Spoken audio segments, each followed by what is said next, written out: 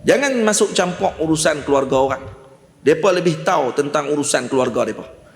Ahlul buyut adra bi buyutihinna. Ahli dalam rumah tahu lagi dalam rumah tu bilik kat mana, apa dia yang kurang, apa yang lebih. Tak usah duk pandai-pandai dan masuk campur dengan urusan rumah tangga orang. Kena tahu bijaksana lah dalam menyusun dan mengerti tentang masalah apa yang patut kita masuk campur, di mana apa yang tak patut kita masuk campur. Tamam? Baru kita akan jadi masyarakat yang harmoni.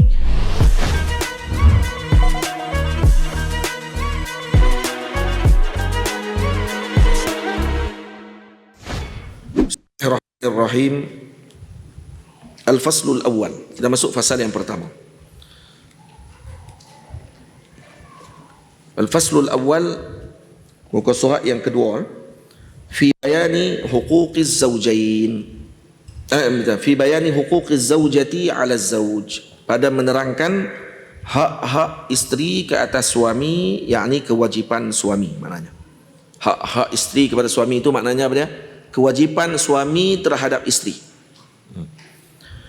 Qala Allah Subhanahu wa taala, di mana dalam surah An-Nisa di sini. Ini dalam surah An-Nisa. Wa 'ashiruhunna bil ma'ruf.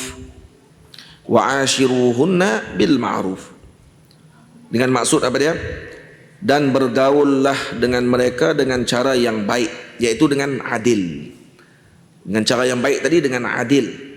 Adil pada apa? Adil pada al-mabit, pada tempat tidur, dan adil pada nafkah. Tamam. Wa 'ashiruhunna bil ma'ruf, yaitu dengan adil pada mabit dan nafkah, dan juga pada baik pada ucapan dengan mereka. Baik pada ucapan dengan istrinya. 'Ashiruhunna bil ma'ruf, itu maksudnya. Dan dalam hak isteri ke atas suami, yang wajib bagi suami untuk melaksanakan kepada istrinya, ada beberapa perkara yang disebutkan oleh para ulama dalam syair, huququn ila zaujati sab'un tarattabat. Hak-hak ke atas isteri itu yang wajib bagi suami laksanakan ada 7. Tarattabat ala zauji fahfaz addaha bibayani. Hafal elok-elok 7 hak ini oleh suami. Suami kena hafal dia punya hak-hak ini untuk dilaksanakan kepada istrinya. Apa dia? Yang pertama, ta'amun wa udmun kiswatun summa maskanun wa alatun tanzifin mata'un libunyani wa man sya'nuha al-iqdamu fi baiti ahliha ala zawjiha fahkum biqidmati insani. Jadi ta'amun, yang pertama ta'am, makanan. Hak makan kena disediakan oleh suami. Udmun dia pada bukan nasi saja, dia ada lauk yang bagi nasi saja. Kalau roti, isteri makan roti, dia kena ada pencicah dia. Jangan roti saja. Udmun, lauk pun kena ada. Kiswatun, pakaian. Kalau musim ada musim sejuk, ada musim panas, maka pakaian pun kena ada 2 jenis.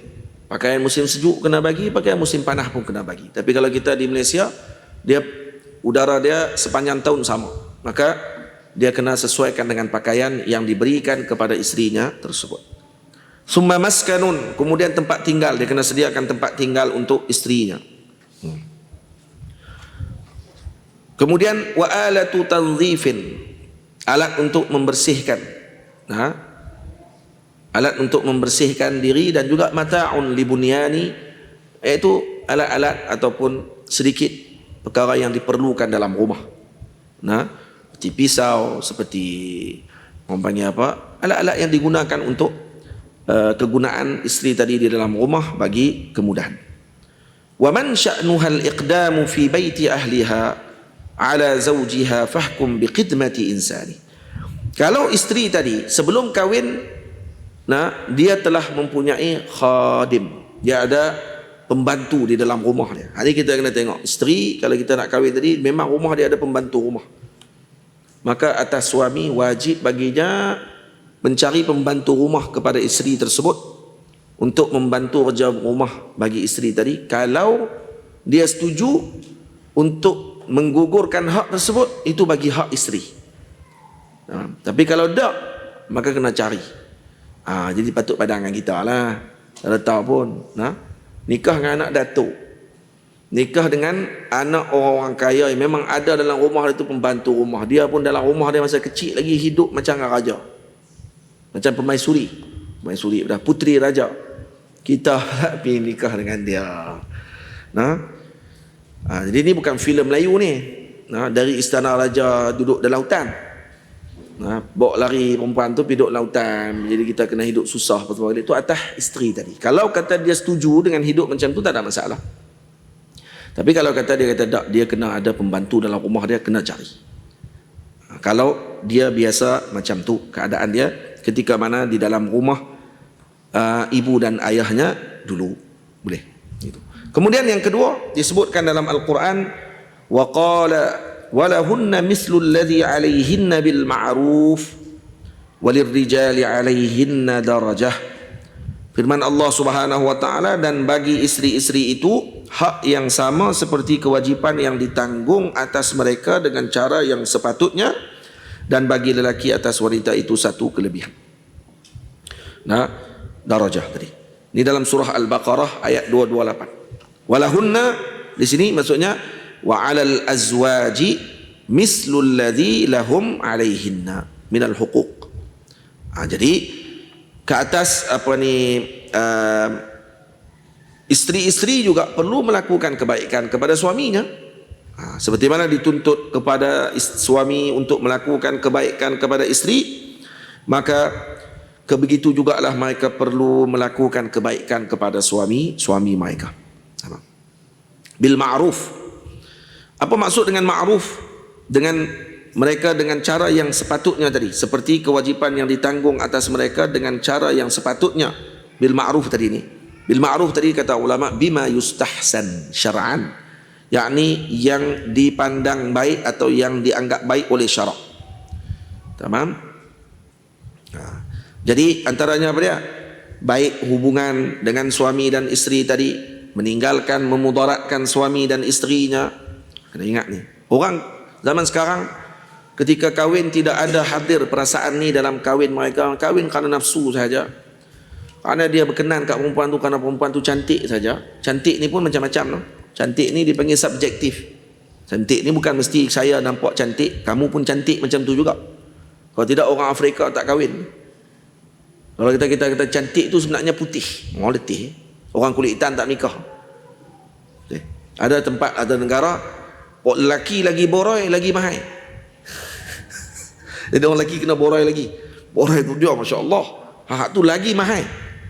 Dia lagi, orang panggil lagi segak. Orang perempuan di sana suka tengok lelaki borai. Buat macam mana? Mereka baju pun tak pakai. Baju tak pakai tu. Hak tu ada kaum di Afrika. Ada kaum di China, kaki perempuan lagi kecil lagi mahal.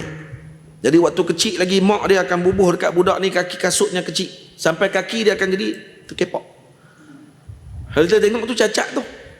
Tak bagi mereka tu kecantikan. Ada hak tengkok panjang. Lagi tengkok panjang, lagi segak. Tu kalau buka gelung tu, kepala duduk macam tu kau. Tapi orang panggil apa? Lagi tengkok panjang, lagi segak. Mereka kira macam tu. Ada hak yang mulut besar. Hak dekat bibir ni bubuh dengan cawan. Dia bagi lubang, dia akan buh cawan. Dekat telinga ni dia buh gelung besar. Lagi besar mulut tu, bibir tu, lagi segak. Kita tengok menatang apa ni. Tu kita kata cantik ni subjektif. Tak tahu aku ilham dia berkenan macam tu, kita tak tahu. Lalu kata kita tak boleh nak hukum dengan kecantikan. Macam tu sedap. Sedap pun sama juga, sedap pun subjektif. Ada orang pergi makan kedai tu dia kira sedap. Kita makan-makan, ya Allah ya Tuhan, taubat tak pergi dah. Tapi dia kata sedap. Tak sedap kedai ni. Ada orang macam tu. Jadi kita tak boleh hukum. Lepas tu kalau orang tu pergi makan, dia kata tak sedap pun, kita jangan marah dia. Pas sedap ni subjektif. Jadi orang kita rasa di lidah kita sedap, dia di lidah dia tak sedap. Belajar. Jadi bil ma'ruf dengan cara buat yang baik pada sudut syarak, iaitu hubungan yang baik, meninggalkan mudarat pada isteri dan juga suami. Al-Imam Ibnu Abbas radhiyallahu taala anhuma Sayyidina Ibnu Abbas mengatakan, makna zalika, makna bil ma'ruf tadi macam mana? Anni uhibbu an atazayyana limra'ati kama tuhibbu an tatazayyana li. Aku suka kalau isteriku tadi berhias untukku, maka aku juga akan berhias untuk isteriku. Jadi kita seperti mana kita suka isteri kita berhias untuk kita. Dia pakai segak, dia pakai apa ni orang panggil nampak cantik dan seumpama, kita suka. Kalau dalam rumah kita bukan tunjuk ke orang. Macam tu juga kita perlu berhias untuk suami bukan untuk isteri kita. Kita pun kena berhias juga untuk isteri kita. Boleh? Itu faham dan juga makruf kita sendiri dengan perkara tersebut, tak perlu disyarah panjang masalah. Semua orang tahu. Boleh? Dan kemudian disebut dalam hadis Rasulullah sallallahu alaihi wasallam, akmalul mu'minina imanan ahsanuhum khuluqa wa khairukum khairukum linisaihim. Paling sempurna mukminin imannya ialah yang paling baik akhlaknya. Yang terbaik di kalangan kalian adalah yang baik sikapnya dengan isteri-isterinya. Isteri-isterinya tu maksudnya kena ada ramai isteri kah? Taklah setiap kita ni lah, isteri kamu, isteri kamu, isteri kamu, isteri kamu, macam tu. Isteri saya macam tu. Kemudian walirrijali alaihinna darajah. Walirrijali alaihinna darajah ay fadilatun fi haqqi min wujubi ta'atihinna lahum. Dengan makna bagi lelaki itu ke atas wanita itu ada satu kelebihan, iaitu apa dia? Wanita wajib mentaati suaminya. Kenapa? Karena apa yang telah diberikan oleh suaminya dengan mahar, dan karena suami-suami itu tersebut telah menginfakkan kepada isterinya dengan keperluan bagi isterinya tersebut, maka dia kena dahulukan suaminya hatta daripada ayahnya sendiri. Boleh? Itu makna walahunna mislul ladzi alaihinna bil ma'ruf walirrijali alaihinna darajah. Dan kemudian hadis disebut waruya 'anil nabi sallallahu alaihi wasallam. Tak barih, kalau tak barih itu tak barih. Waruya 'anil nabi sallallahu alaihi wasallam, diriwayatkan daripada Nabi sallallahu alaihi wasallam bahawa baginda bersabda, annahu qala fi hajjatil wada'i, ketika hajjatil wada', ni akhir haji Nabi sallallahu alaihi wasallam, dipanggil hajjatul jumu'ah, dipanggil hajjatul jumu'ah karena perhimpunan hajjatul wada' tadi pada hari Jumaat. Itu hajjatul wada' disebut dengan hajjul akbar, haji besar. Tamam? Baik. Dan kemudian disebutkan dalam hadis yang lain, Nabi kata apa? Afdalul ayyami yaumu Arafah, sebaik-baik hari adalah hari Arafah. Wa idza wafaqa yaumu jumu'atin fahuwa afdalu min 70 hajjatan fi ghairi yaumi jumu'ah. Kalau berbetulan hari Arafah tadi pada hari Jumaat, maka haji pada tahun itu lebih baik daripada 70 haji yang tidak berbetulan dengan hari Arafah tadi hari Jumaat. Ini ada riwayat yang disebutkan oleh Al-Imam Ibnu Asir dalam Jami'ul Usul. Hadis disebutkan oleh Al-Imam Razin. Jadi dalam Hajjatul Wada' disebut dengan Hajjatul Jumu'ah, ba'da an hamidallaha, setelah Nabi sallallahu alaihi wasallam dan memuji Allah Taala, dan setelah Nabi menyebutkan alhamdulillah wa asna alaihi, dan memuji Allah, dan wa wa'idha, wa wa'adha, iaitu dengan memberikan peringatan kepada para hadirin. Apa kata Nabi? Ala wastausu bin nisa'i khaira. Ala, yakni ala di sini maksudnya tanabbahu ya qaum, ambil perhatian wahai kaumku, lima yulqa ilaikum, dengan apa yang aku akan sampaikan kepada kalian. Maksud di sini sebut berilah perhatian wahai semua. Itu maksud dia. Bila disebut kata ala tu terjemahan dia berilah perhatian wahai semua. Wastausu bin nisa'i khaira. Kata apa ni Sayyidina Rasul, terimalah wasiatku itu untuk berbuat baik kepada wanita. Stausu bin nisa'i khaira. Itu dengan ba' tadi ba' ta'diyah. Ba' tadi ba' ta'diyah dengan makna apa? Ini istausu an-nisa'a. Tapi diletakkan dengan ba' at-ta'diyah tadi dengan masuk padanya mutaaddi, maksudnya iqbalu wasiyati, terimalah wasiatku bagi pihak wanita ini. Wa amalu biha, amalkan wasiatku ini, kata Rasulullah. Urfuqu bihinna, buat baik kepada mereka dengan baik. Ahsinu ishratahunna, hubungan dengan mereka tadi hendaklah diperindahkan. Dan ni wasiat yang diberikan oleh Nabi, ni wasiat yang sangat penting. Dan ni pada ketika Hajjatul Wada. Dan ni Nabi pesan. Dan berapa ramai di kalangan suami yang telah memungkiri wasiat ini dengan melakukan kejahatan kepada isteri-isterinya. Maulana Syekh Ali Jumaah hafizahullah sangat ambil berat tentang masalah tersebut. Dia bukan masalah takut dengan bini masalah ni. Ya, dia orang zaman lah dia ajak dalam Facebook, dalam TikTok, dalam apa semua kali untuk orang ni takut dengan bini. Jadi dia buat konten. Tengah-tengah duk berani bini lalu dan buat takut. Jadi itu jadi lawak.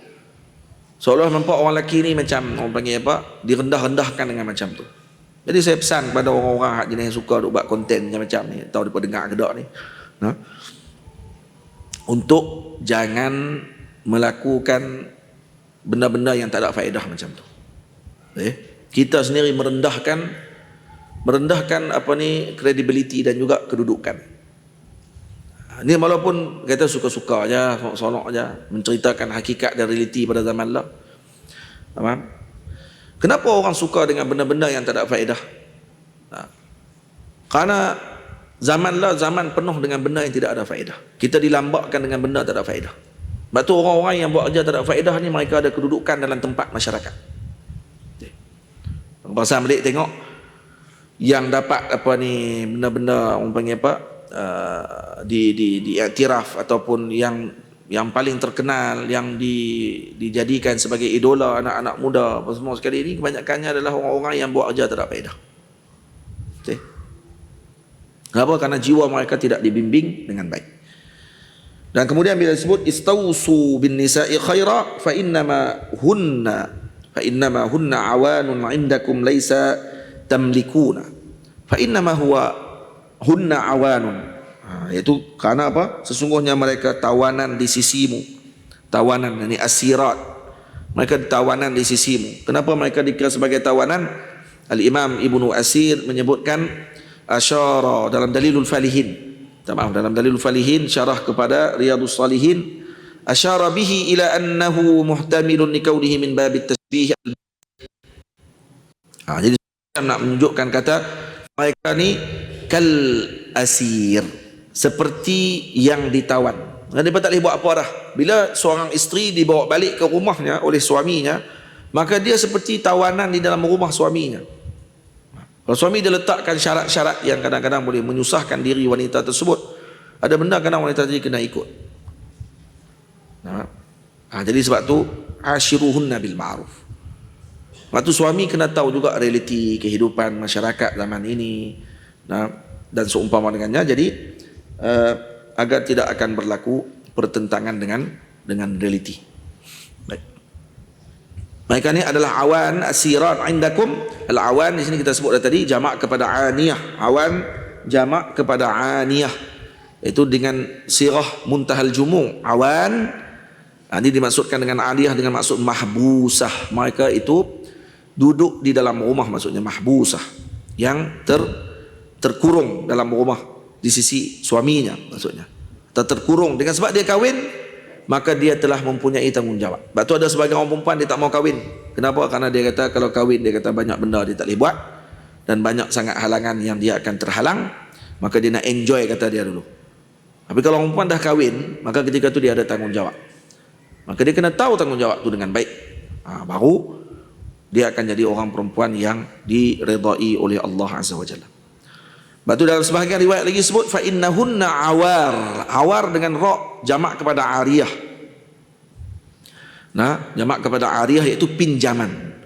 Mereka tu adalah pinjaman yang dipinjam, yang diambil oleh lelaki dengan amanah di sisi Allah Subhanahu wa taala. Jadi kita ketika mengucapkan aku terima nikahnya tu, bermakna kamu telah menerima tanggungjawab besar untuk menjaga wanita tersebut dengan sebaik-baiknya. Dan kalau kamu nak lepaskan dia, lepaskan dengan cara yang paling baik. Faham? Di mana kamu ambil dulu dengan keadaan yang elok, hantar pun dengan keadaan yang elok kalau kamu dah tak mau kepada dia, atau kerana berlaku masalah dan seumpama dengannya. Faham? Laisa tamlikuna minhunna syai'an ghaira dzalik. Maksudnya kamu tidak, laisa tamlikuna, kamu tidak ada, di sini sebut apa? Laisa tamlikuna, dan kamu tidak memiliki mereka suatu pun selain daripada berbuat baik. Selain daripada berbuat baik. Illa an ya'tiyanna bi fahishatin, kecuali apabila mereka melakukan kejahatan yang nyata. Mubayyinatin.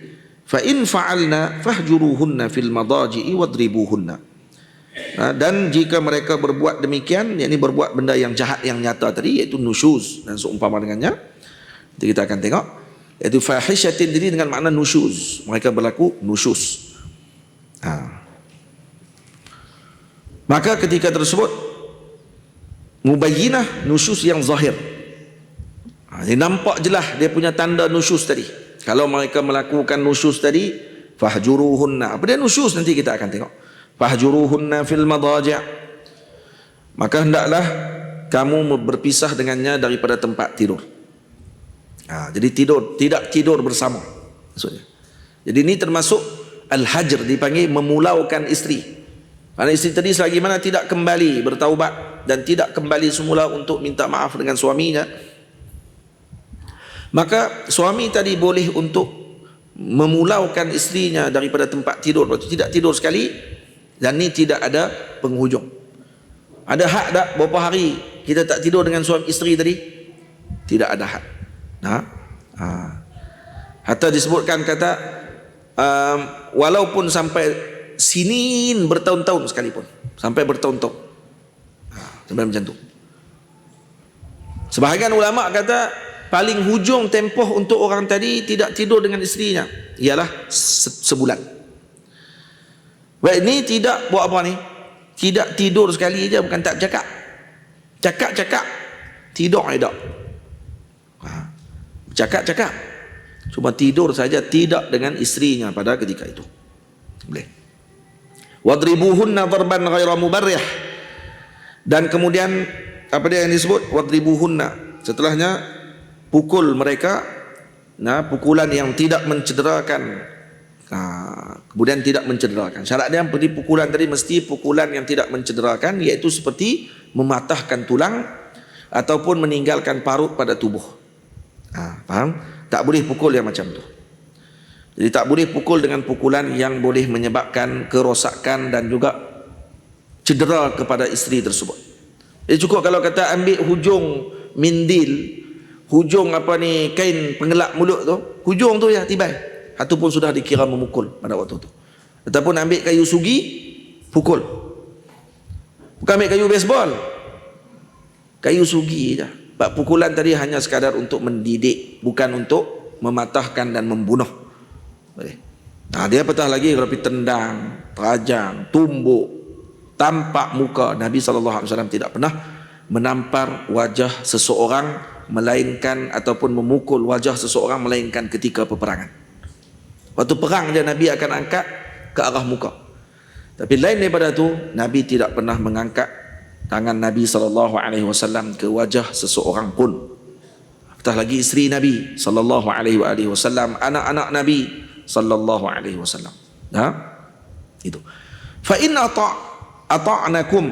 Tapi kalau kata wanita tersebut kemudian mereka kembali taat, jika mereka taat kepadamu, fala tabghu alaihinna.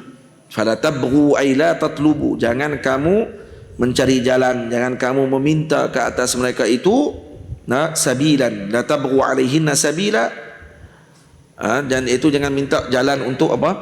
La tatlubu tariqan ila darbihinna zulman.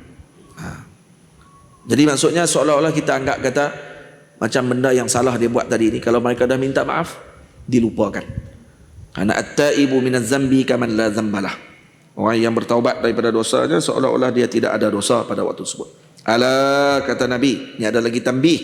Tanabbahu, ala, ingatlah bahawa inna lakum ala nisaikum haqqa, bagi kalian ada hak yang perlu kalian laksanakan kepada isteri-isteri kalian.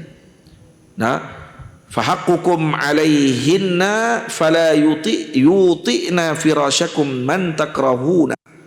Sini kata iaitu hak. Apa dia haknya? Fahaqqukum alaihinna. Jadi haqquhunna alaina. Hak isteri ke atas kita, maksud kita wajib buat apa kepada dia. Sekarang ni hak isteri pula ke atas suami. Nabi sebut dua-dua. Nabi kata apa? Iaitu ni kepada wanita, bahawa ada hak bagi kamu atas isteri-isteri kamu dan ada hak bagi isteri-isteri kamu atasmu. Adapun hak kamu atas mereka adalah tidak membenarkan orang yang kamu tidak suka menduduki tempat tidurmu. Yang ini bersendirian dengan mana-mana lelaki. Ini hak bagi suami untuk dia menghalang perkara tersebut, dan memberikan syarat contohnya kepada isterinya.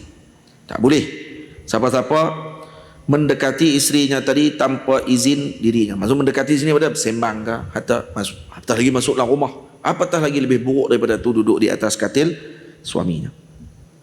Dengan maksud kinayah di sini dengan makna apa? Melakukan kejahatan dengan orang lain. Baik.